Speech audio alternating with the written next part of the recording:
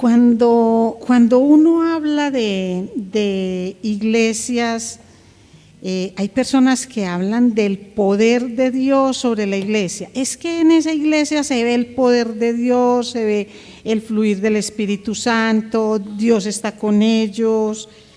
Pero generalmente, ¿a qué se asocia el poder de Dios y el fluir del Espíritu Santo? En muchas ocasiones, a una gran cantidad de ministerios, de obras sociales, inclusive de grandes edificaciones, un gran número de personas.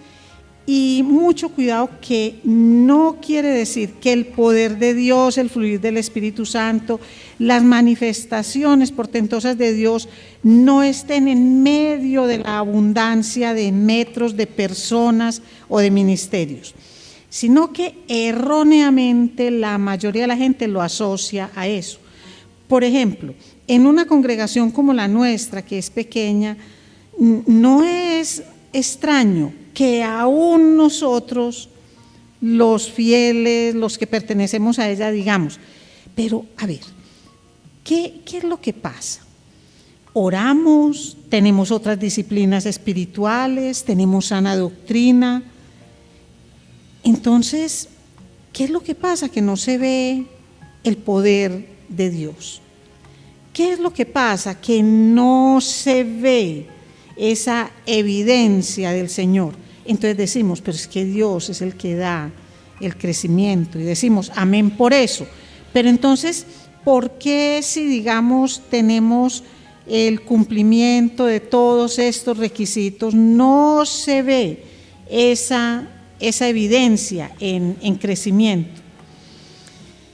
Y podríamos hasta pensar, seguro que el poder de Dios, la mano de Dios está presente en nuestra congregación, podrían preguntarse algunos. De hecho, puede ser, al responder esa pregunta, la misma persona, puede ser un motivo para que quien venga hoy no esté en la reunión siguiente, podría ser. La iglesia, lo primero que nosotros debemos hacer es entender, cuando hablamos de iglesia, entender dos iglesias. La iglesia universal, la iglesia de Dios, esa iglesia donde estamos todos los creyentes en Cristo como Señor y Salvador, todos aquellos que tenemos una misma fe, una misma esperanza, pero unos están en un rincón del mundo y otros en el otro. Cuando aquí está de día, en ese otro rincón del mundo puede estar de noche. Hay un idioma, hay otro idioma, hay unas costumbres, hay una política, una vida social completamente diferente, pero toda esa es la iglesia universal, la iglesia del Señor. Y hay otra iglesia que es la iglesia local. Y la iglesia local es el conjunto de nosotros, los creyentes, que somos seres humanos, con todas nuestras imperfecciones, somos salvos por gracia, igual que los componentes de la iglesia universal. Pero los de la iglesia local estamos situados aquí y tenemos condiciones sociales, políticas, geográficas, económicas similares entre nosotros.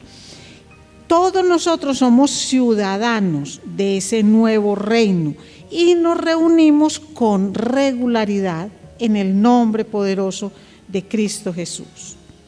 En nuestro caso, nosotros creemos en Dios Padre, Dios Hijo y Dios Espíritu Santo, tres personas distintas y un solo Dios verdadero. Y tenemos una misma fe y una doctrina que es la que nos guía. Pero ¿saben algo? El problema en todos los tiempos es que dentro de las congregaciones hay personas inconversas, personas que dicen o hasta quieren ser convertidas, creen que están convertidas y sus nombres aparecen en las membresías de la iglesia local, pero esos mismos nombres no están inscritos en el libro de la vida. Y ese tipo de personas son las que con su testimonio enlodan el testimonio de la iglesia, porque la iglesia nuestra iglesia local no son estas 4 paredes. La iglesia local somos todos nosotros, y la sumatoria de nuestros testimonios es lo que llega al mundo y lo impacta, para bien o para mal. Cuando la iglesia, ya lo sabemos, está compuesta por seres humanos imperfectos, pecadores, ¿qué le pasa a la iglesia? Que la iglesia no es perfecta. Pero hay un pasaje, hay un libro, 2 libros del apóstol Pablo, donde él habla de una iglesia digna de imitar. Y nos vamos a concentrar en eso. ¿Y por qué lo hace? Por evidencias en esa iglesia que llenan de mucho gozo el corazón de Pablo. Vamos entonces a iniciar nuestra predicación expositiva en Primera de Tesalonicenses. ¿Y por qué iniciamos con Primera de Tesalonicenses? ¿Por qué no empezamos con Romanos, por ejemplo? Porque Primera de Tesalonicenses fue la primera carta escrita por el apóstol Pablo. Entonces vamos a iniciar desde ahí y vamos a mirar, a entender qué fue lo que llenó de gozo el corazón de Pablo. Dice así la palabra del Señor en el capítulo 1. Pablo, Silvano y Timoteo a la iglesia de los tesalonicenses, en Dios Padre y en el Señor Jesucristo, gracia y paz sean a vosotros, de Dios nuestro Padre y del Señor Jesucristo. Damos siempre gracias a Dios por todos vosotros, haciendo memoria de vosotros en nuestras oraciones, acordándonos sin cesar delante del Dios y Padre nuestro de la obra de vuestra fe, del trabajo de vuestro amor y de vuestra constancia en la esperanza de nuestro Señor Jesucristo. Porque conocemos, hermanos amados de Dios, vuestra elección. Pues nuestro evangelio no llegó a vosotros en palabras solamente, sino también en poder, en el Espíritu Santo y en plena certidumbre, como bien sabéis cuáles fuimos entre vosotros por amor de vosotros. Y vosotros vinisteis a ser imitadores de nosotros y del Señor, recibiendo la palabra en medio de gran tribulación, con gozo del Espíritu Santo. De tal manera que habéis sido ejemplo a todos los de Macedonia y Acaya que han creído, porque partiendo de vosotros ha sido divulgada la palabra del Señor, no solo en Macedonia y Acaya, sino que también en todo lugar vuestra fe en Dios se ha extendido, de modo que nosotros no tenemos necesidad de hablar nada, porque ellos mismos cuentan de nosotros la manera en que nos recibisteis y cómo os convertisteis de los ídolos a Dios para servir al Dios vivo y verdadero y esperar de los cielos a su Hijo, al cual resucitó de los muertos, a Jesús, quien nos libra de la ira venidera. Padre, gracias, Señor. Gracias por esta iglesia digna de imitar. Permite que podamos entender qué llenaba de gozo el corazón del apóstol Pablo y que podamos ser dignos imitadores de Jesús. Te lo pedimos, Señor, en el nombre poderoso de Cristo Jesús, y que sea el Espíritu Santo dándonos la fuerza, el valor para darle vida a toda la palabra que vez tras vez recibimos. Amén. Muy bien, mis amados. ¿Qué vemos nosotros en estos 10 versículos? vemos las evidencias de una iglesia digna de imitar. Evidencias, porque no es solamente porque yo pienso, yo creo, sino que hay evidencias. Y tenemos en estos 10 versículos 3 aspectos que podemos destacar y donde están algunas de las evidencias, aunque cabe decir que nosotros en nuestra vida cristiana como convertidos, transformados en el Señor, mostramos muchísimas más. Entonces lo primero es que pusieron en práctica el mensaje del Evangelio. Miren, de la iglesia que está hablando Pablo es de la iglesia local, pero yo quiero que miremos cómo se refiere a esa iglesia. Dice, a la iglesia de los tesalonicenses en Dios Padre y en el Señor Jesucristo. En cambio, cuando uno lee otras de las cartas, dice de la siguiente forma: a todos los que estáis en Roma, a la iglesia que está en Corinto, a la iglesia que está en Galacia, a los santos que están en Éfeso, a los santos que están en Filipos, a los santos que están en Colosas. En cambio, aquí dice, a la iglesia de los tesalonicenses en Dios Padre y en el Señor Jesucristo. Uno podría decir, pero ¿eso qué tiene? Eso es lo mismo, porque finalmente las iglesias son del Señor y predican a Jesús. Pero es como si aquí en nuestra iglesia local, en Laureles, dijeran, la iglesia de Laureles. ¿Qué están diciendo con eso? La ubicación geográfica. Pero eso indica las características de la iglesia que está ubicada aquí en Laureles. No, no la indica. Y eso es lo que Pablo está resaltando. Es una iglesia del Señor. Es nacida en Tesalónica, allá nació, pero es fundamentada en Dios Padre y en el Señor Jesucristo. Y es decir, ellos no solo escucharon el Evangelio, que a propósito el Evangelio lo escucharon en medio de persecuciones. Voy a leer rápidamente algunos versículos de Hechos capítulo 17. Ustedes en las casas pueden leer capítulo 16, 17, 18, lean todo el libro de Hechos. Segundo viaje misionero de Pablo, capítulo 17. Pasando por Antípolis y Apolonia llegaron a Tesalónica, donde había una sinagoga de los judíos.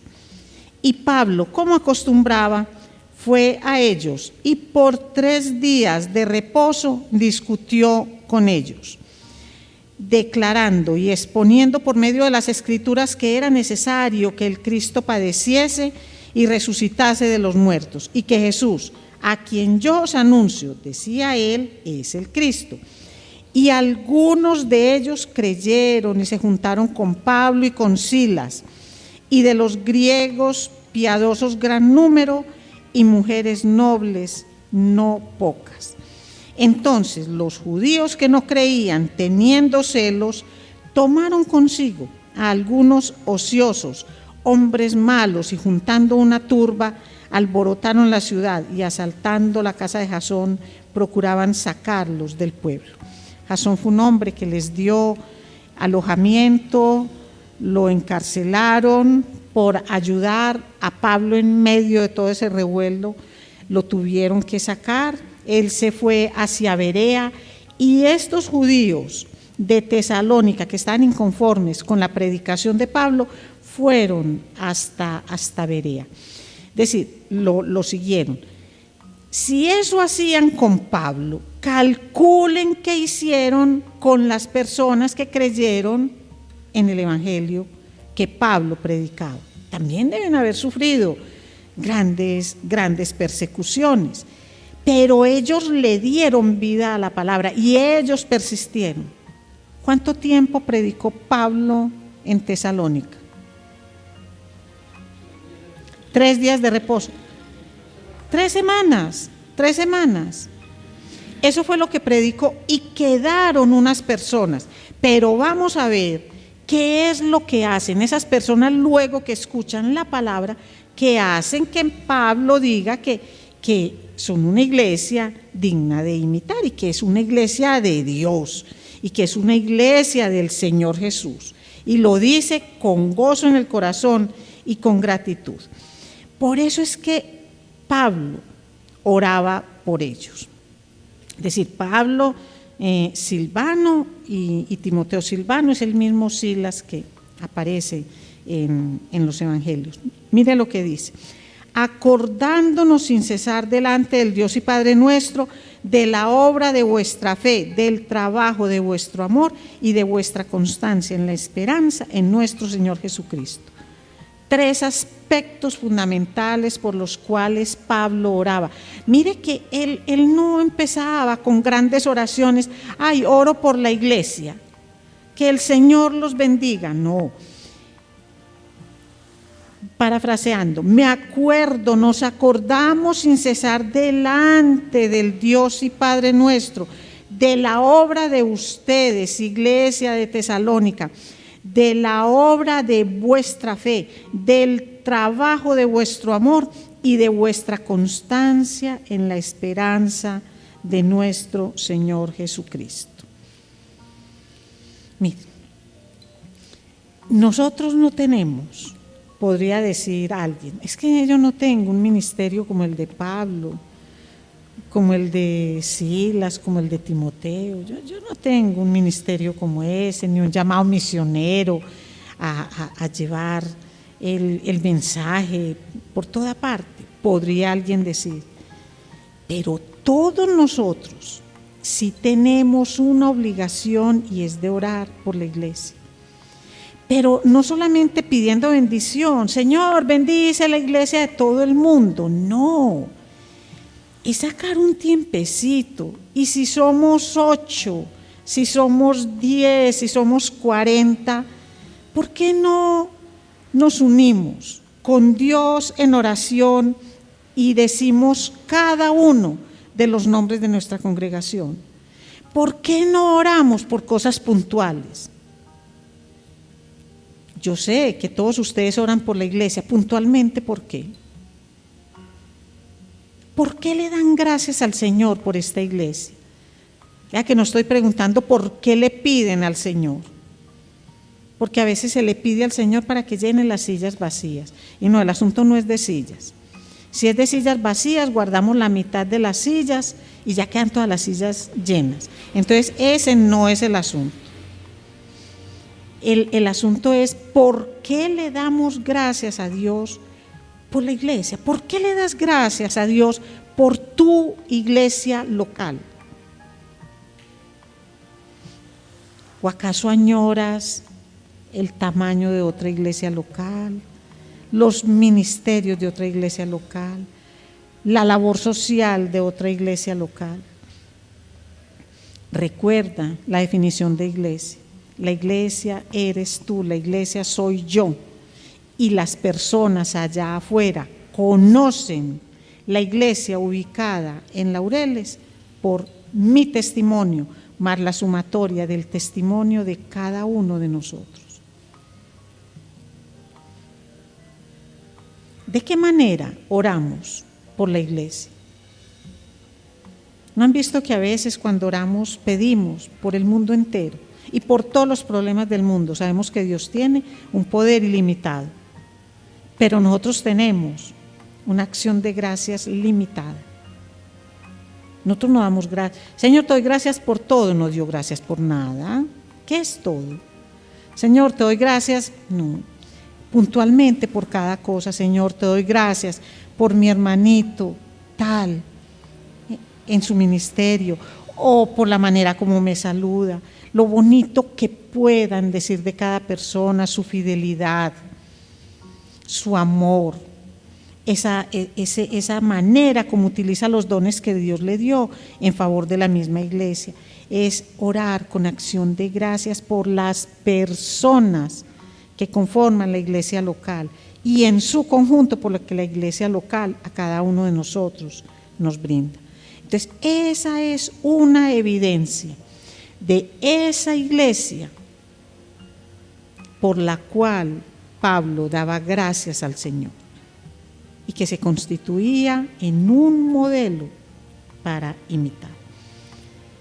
Otra evidencia es que estas personas fueron transformadas por el Evangelio, y no solo en palabras, sino en poder del Espíritu Santo. Y miren, ¿cómo se traduce el poder del Espíritu Santo? No pensemos en un temblor de tierra, en que una persona pierde el equilibrio, que lo puede perder porque Dios tiene poder para absolutamente todo eso. Eso no se puede negar.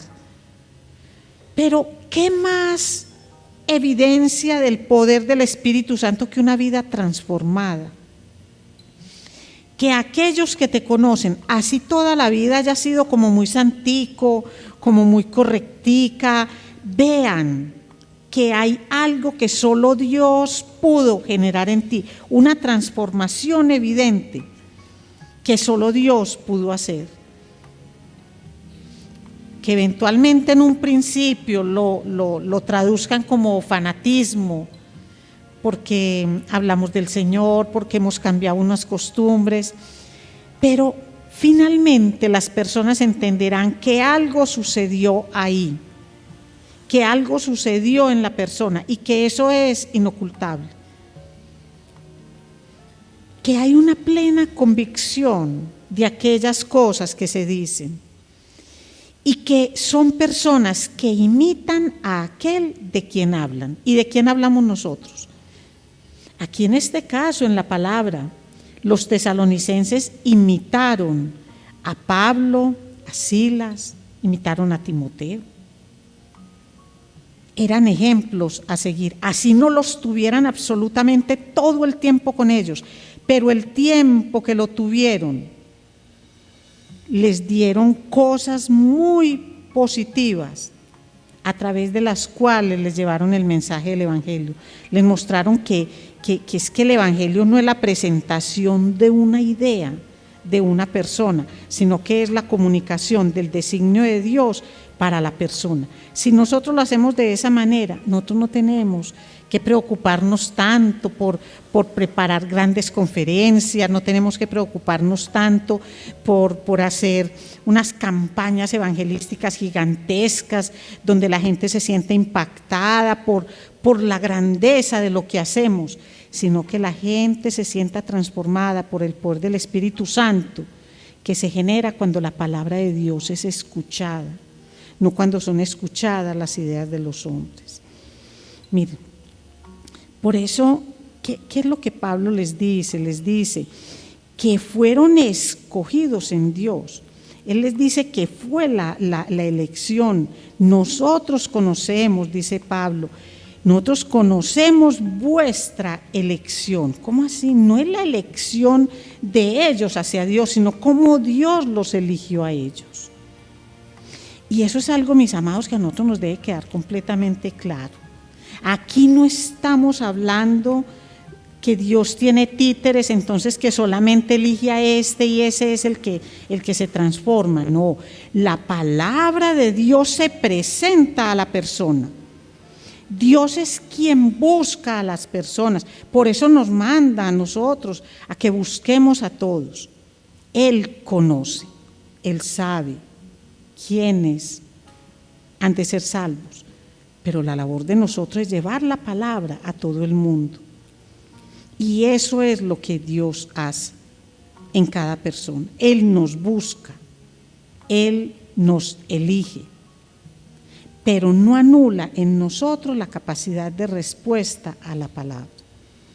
Ahora, esa capacidad de respuesta tampoco reside en nosotros. Esto suena muy complicado, pero yo no tengo el poder para resistir a Dios, como tampoco tengo el poder para buscarlo. Todo parte de Él. Él no anula mi responsabilidad. Él no anula esa capacidad que me ha dado de permitir que esa obra regeneradora del Espíritu Santo se muestre en mí como una evidencia del poder de Dios en mí. No es el poder mío. yo soy esto, recibo la palabra del Señor y no es que entonces yo cambié, sino que recibí la palabra de Dios como un regalo de Dios mismo, la fe como un don que Él mismo me da. Y el poder de Dios se evidencia en la transformación de mi vida para bien, para seguir conforme a lo que es la voluntad de Dios. Por eso al principio les dije, muchas personas vienen a una iglesia y creen que son salvas, creen que ya han sido restauradas porque simplemente alguna pequeña evidencia hay en su vida, pero sus nombres no están inscritos en el libro de la vida. Y hay personas, mis amados, y lo digo con profunda tristeza, que han pertenecido a la congregación. Y yo le digo al Señor, Padre, ojalá que no abrieran sus labios para decir dónde vienen a recibir palabra. Porque son vidas que son contrarias a lo que Dios manda en su palabra, porque no aman a Dios, porque a Dios lo ama quien lo obedece. Y son personas que vienen, escuchan, pero no ponen la palabra por obra. Entonces salen a decir que son cristianos, pero hacen cosas peores que los inconversos. Entonces, eso lo que hace es desacreditar el poder de la palabra de Dios. Y si eso lo identifican a una iglesia local, entonces es que en esa iglesia eso es lo que enseñan. Lo que uno vive allá, como uno ponga allá afuera en práctica, lo que aprende aquí es lo que la gente ve. Porque la gente no viene a escucharnos a nosotros, la gente los ve a ustedes. Ese es el poder transformador del que hablamos, ese es el testimonio, no solo hablar, sino a través de los hechos de la cotidianidad, dejar ver aquello que hacemos. ¿Cómo supo Pablo que los tesalonicenses realmente eran elegidos de Dios? Porque es que la salvación transforma. No hay salvación sin arrepentimiento, no la hay, sin reconocimiento de aquello que yo estoy haciendo mal.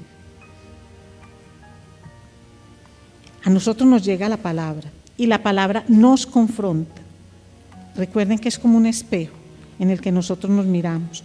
El espejo nos dice lo que hay que cambiar y la palabra de Dios tiene el poder para transformar.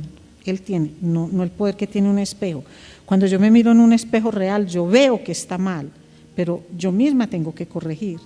En cambio, cuando yo me acerco al espejo de la palabra de Dios, me transforma.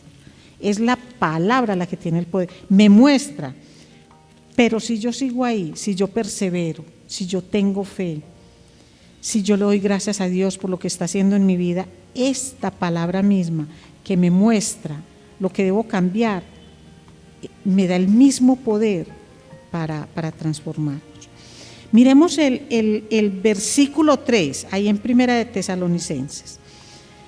El versículo 3, y lo vamos a mirar con los versículos 9 y 10. Una comparación para que veamos el cuadro completo.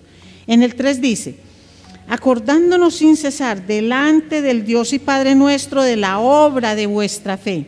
Obra de vuestra fe. Cuando leemos en el versículo 9 dice: porque ellos mismos cuentan de nosotros la manera en que nos recibisteis y cómo os convertisteis de los ídolos a Dios. Miren, la obra de vuestra fe. Ahí realmente, ¿qué consistió la obra de vuestra fe? En la transformación que se dio. Ellos se convirtieron de los ídolos porque eran un pueblo pagano. Eso es lo que ellos, su familia, sus antepasados y todo el mundo practicaba. Y ellos se convirtieron, de esos ídolos se convirtieron a Dios. Luego dice, del trabajo de vuestro amor. ¿Y cuál es el trabajo de vuestro amor? Para servir al Dios vivo y verdadero. Y de vuestra constancia en la esperanza en nuestro Señor Jesucristo. Versículo 10, esperar de los cielos a su Hijo, al cual resucitó de los muertos, a Jesús, quien nos libra de la ira venidera. La obra de vuestra fe, el trabajo de vuestro amor y vuestra constancia en la esperanza. La fe, la esperanza y el amor, ¿no les parecen tres características cristianas que sobre todo en lo que es Pablo se ven siempre se ven unidos? Ahora, esas podríamos decir que son como las tres virtudes cardinales del cristiano, pero tienen que haber en nuestra vida muchas más evidencias de la salvación. Aquí lo que se hace es hablar de esas tres. La obra de vuestra fe. Mire que no está hablando de una obra que te salva, sino de una fe que precede a tus obras, que es lo que dice Santiago. Yo primero tengo fe y luego que tengo esa fe salvadora, hago obras que redundan en bien de otro. Y ahí se pone a prueba, eso se une con el amor. Es que el amor no es decir que yo quiero a esta persona, sino trabajar de forma incansable. ¿Y de qué manera hacían los tesalonicenses? Ellos daban, inclusive ellos enseñaron a dar más allá de lo que podían dar, pero también daban la palabra del Señor, porque ellos predicaban a todos, que es lo que nosotros vemos ahí. Es decir, el amor que ellos tenían, ellos lo mostraban de formas diferentes, no solamente con generosidad, supliendo necesidades económicas, sino supliendo a través de la palabra las necesidades espirituales que tenían todas las personas.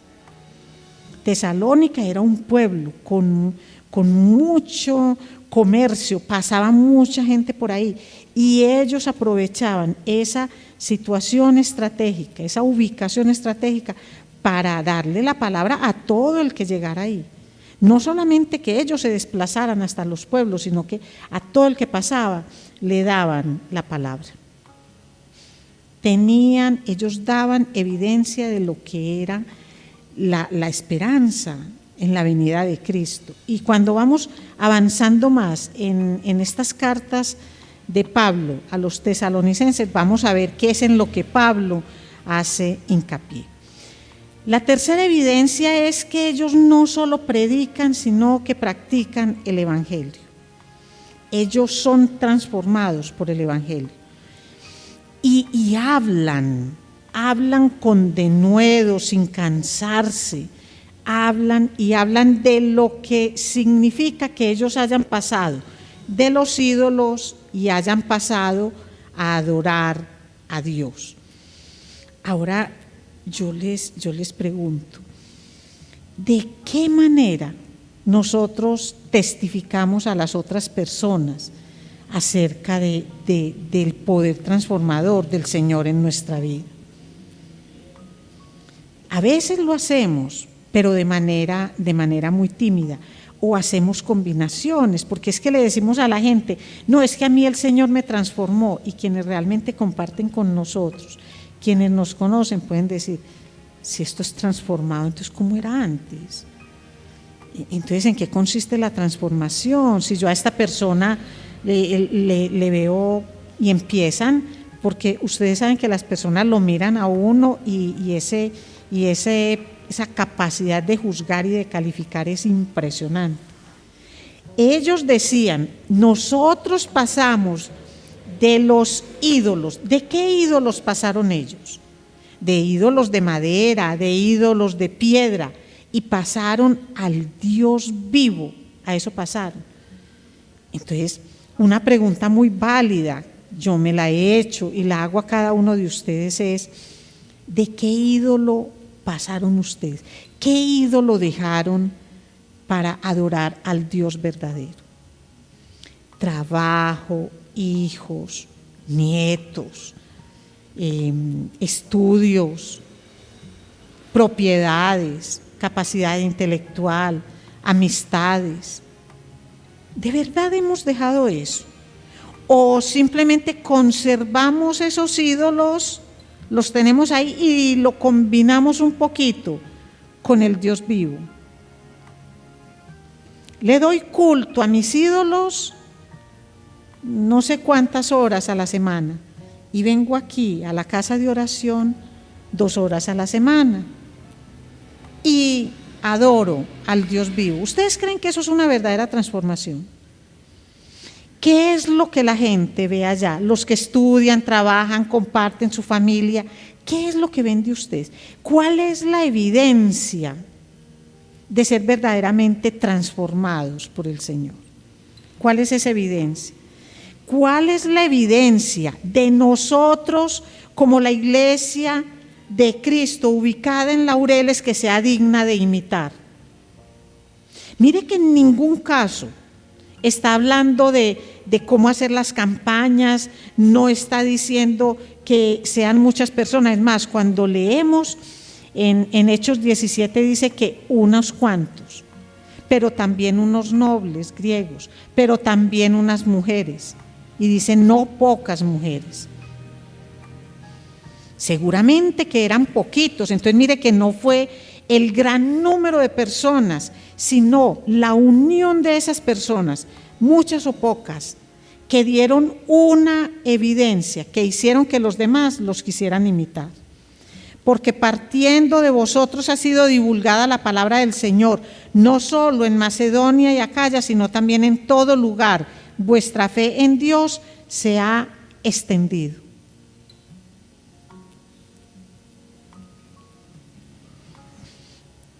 Yo les puedo garantizar que hay personas que viven en 2 cuadras a la redonda que no saben que aquí hay una iglesia. Muy poquita gente que aquí se congrega es de este mismo sector. Muy poquita. Ahora, yo no estoy asignando, ni señalando, ni diciendo que es culpa pues de los que viven aquí cerquita, no, es para que oremos. Antes es para que oremos. Para que precisamente en el lugar de influencia que cada uno de nosotros tiene, podamos dar testimonio de la transformación de Dios en nuestras vidas. No solo con palabras, sino con hechos.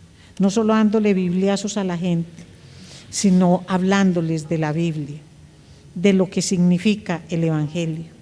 Y no pretendiendo que la primera vez que vamos a hablar con una persona le hablemos desde el Génesis hasta el Apocalipsis, no, sino que empecemos por mostrar que de tal manera amó Dios al mundo que envió a su Hijo para que muriera en la cruz. Pero que no solo es el amor de Dios el que nos salva, sino su gracia. ¿Y cómo se traduce su gracia? En la muerte de Él. No solamente es en el amor. Entonces, miremos de qué manera esta iglesia de Tesalónica a nosotros nos desafía y que nos llevemos desafíos puntuales. ¿Cómo oramos por nuestra iglesia? ¿De qué manera hacemos la oración por nuestra iglesia? Acción de gracias por nuestra iglesia. Miren, si nosotros de corazón hiciéramos un ejercicio como esto y lo hubieran hecho personas que hoy no nos acompañan, a lo mejor nunca se habrían ido buscando un ideal de iglesia que no se encuentra.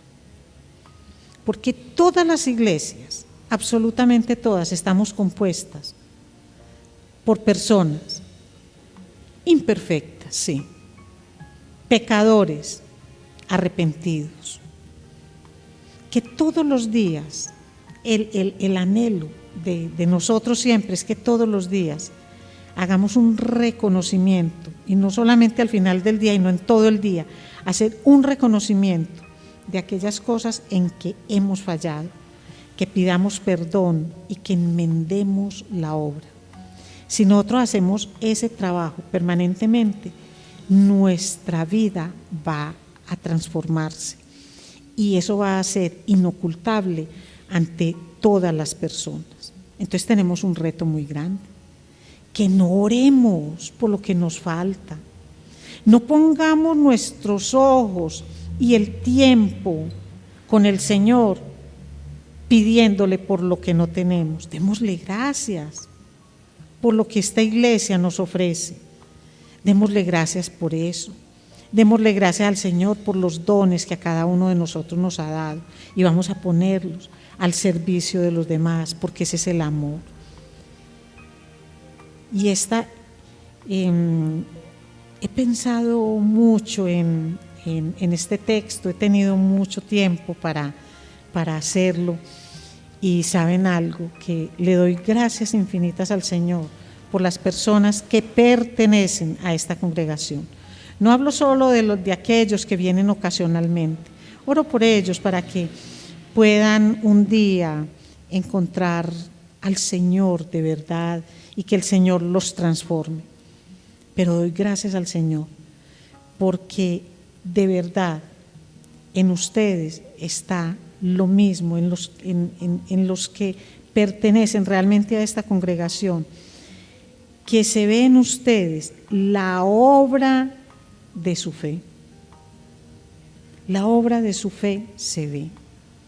Se ve también la obra, el trabajo del amor que ustedes hacen. Ustedes son personas que aman a su iglesia y que muestran amor a otros y tienen la esperanza en la segunda venida del Señor Jesucristo.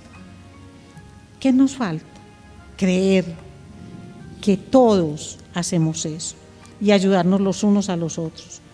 No hacer la labor de forma independiente y no ser tan tímidos. Creamos que el Señor ha transformado nuestras vidas y que lo ha hecho de una manera muy especial. Tenemos que decir, como dice el apóstol Pablo, no que seamos perfectos, no, ninguno de nosotros somos perfectos, no lo hemos logrado ya. Y mientras estemos en esta carne, no hemos llegado. Pero tenemos al Señor que nos anima, nos alienta y que nos ha sacado de ese foso profundo en el que antes estábamos. Vamos entonces a mostrarle al mundo lo que son las evidencias de la salvación, lo que realmente significa imitar a Cristo y que otros quieran imitar al Señor a través de esa imitación que nosotros mismos hacemos, no poniéndonos nosotros como ejemplo,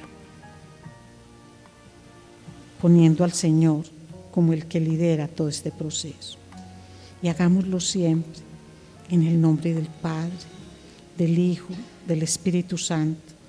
Y le decimos con todo nuestro amor y nuestra fe que nos ayude, que creemos en Él, que lo necesitamos a Él y que queremos que el mundo necesitado de la palabra del Señor la reciba a través de cada uno de nosotros, para la honra y la gloria del Señor. Amén.